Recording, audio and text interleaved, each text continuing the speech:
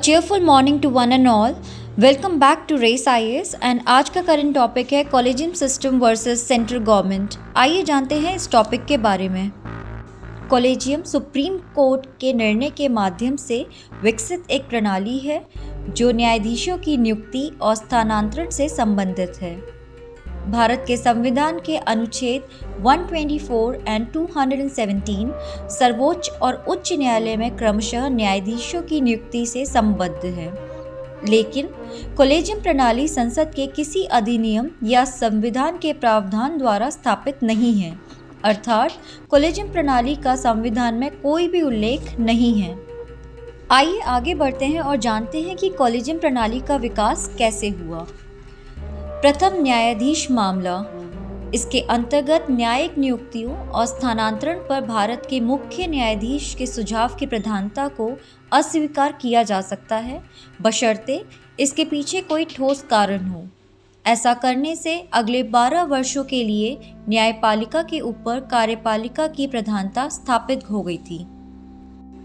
द्वितीय न्यायाधीश मामला। कॉलेजियम प्रणाली की शुरुआत करते हुए सर्वोच्च न्यायालय ने कहा कि यहाँ पर परामर्श का अर्थ वास्तव में सहमति है। इसमें ली जाने वाली राय सीजेआई की व्यक्तिगत नहीं होगी, अपितु सर्वोच्च न्यायालय के 2 वरिष्ठतम न्यायाधीशों के परामर्श से ली हुई राय होगी। तृतीय न्यायाधीश मामला। राष्ट्रपति ने एक प्रेसिडेंशियल रेफरेंस जारी किया। इसके अंतर्गत सर्वोच्च न्यायालय ने 5 सदस्यों के समूह के रूप में कॉलेजियम को मान्यता दी, जिसमें सीबीआई और 4 वरिष्ठतम जज शामिल होंगे। Now let's move forward and know the appointment process of जजेस। सर्वोच्च न्यायालय के मुख्य न्यायाधीश और अन्य न्यायाधीशों की नियुक्ति भारत के राष्ट्रपति द्वारा की जाती है। राष्ट्रपति चाहे तो अनुशंसा को स्वीकार भी कर सकता है और अथवा अस्वीकार भी। यदि वह अस्वीकार करता है तो अनुशंसा वापस कॉलेजियम को लौट जाती है। यदि कॉलेजियम द्वारा अपनी अनुशंसा राष्ट्रपति को भेजता है तो राष्ट्रपति को उसे स्वीकार करना पड़ता है।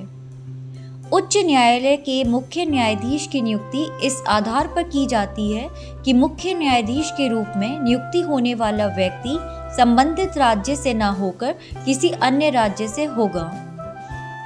चलिए आगे बढ़ते हैं और जानते हैं कि सरकार और न्यायपालिका के बीच गतिरोध के क्या कारण हैं। पहला, पक्षपात और भाई भतीजावाद की आशंका। इस प्रणाली में न्यायाधीशों के परीक्षण हेतु कोई विशिष्ट मानदंड नहीं है, जिसके कारण इसमें पक्षपात एवं भाई भतीजावाद की आशंका महसूस होती है। दूसरा, नियंत्रण और संतुलन के सिद्धांत का अभाव।